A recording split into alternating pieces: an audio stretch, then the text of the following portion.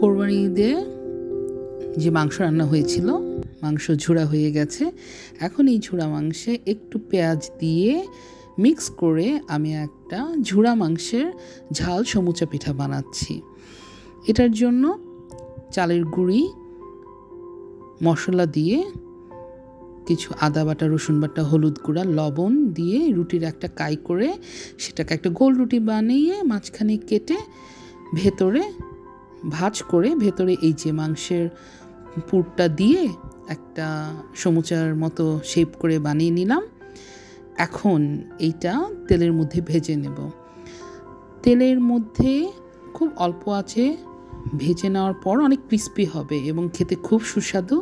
এই যে কয়েকটি পিঠা আমি বানিয়ে নিলাম, এখন এগুলোকে গরম তেলে ভেজে নেব। তেল গরম হয়ে গেছে, এখন আমি পিঠাগুলো একটা একটা করে দিব এবং অল্প আছে কিছুক্ষণ ভাজবো। কিছুক্ষণ ভাজার পর পিঠাগুলো খুবই ক্রিস্পি হবে আর খেতে দারুণ সুস্বাদু। এই পিঠাটা আমার খুব পছন্দের পিঠা। প্রতি কোরবানি ঈদের সময় আমি চেষ্টা করি এটা বানানোর এবং সবাই খুব পছন্দ করে। বাসায় আপনাদের করা হয় কিনা আমি জানি না, আমাদের বাসায় কিন্তু প্রতি কোরবানি ঈদের সময় এটা করা হয়।